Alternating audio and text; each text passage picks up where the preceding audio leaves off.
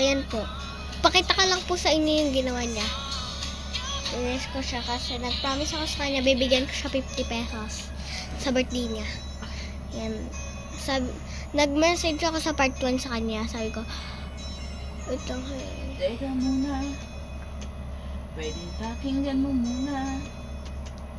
Huwag mo muna ako nasabayan kasi lalong lalalago ang paliwanaga. Oh. Paano pa sisimulan kung matatapos na? Masisisi mo ba kung napapagod na? Kahit na mahal kita, hindi sapat ang dahilan pa Ang hirap po, tangina, hindi ka singer. Ha? Aki, pag di ako singer, Aki. Ayan pa, antay po. Kuya, Ay, I'm not a singer, I'm sorry. hi. Oy.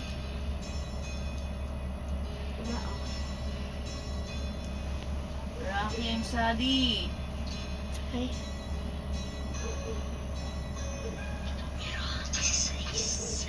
Ano yun? Bigyan mo talaga. Tumalay ko ba? Takot.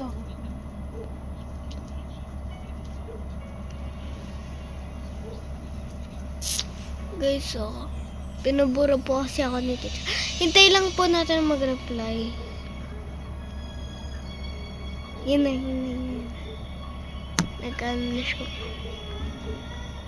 Tawagan natin para makita na. Ang pangalan niya pala is Shilin Rose. Ayan.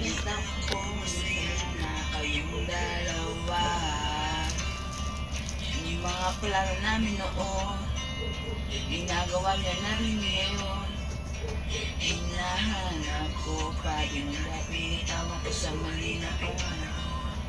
Kasalanan ko, bigla ako sumuko ngayon na lang. Nantok na ako.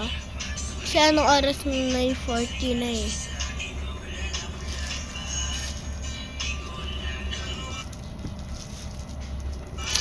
Tagal niya sumagot.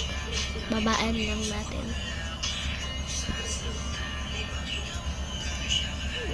Pwede ba? Hindi pa siya nag-reply. Ang sabi ko, ate, hi ka sa sa... Kasi Kasama, may mga tingin na Ako, mag-hi ka lang. ano siya, ang galing ni Yayo. Ang ayos. Lodi ang boses. Lodi!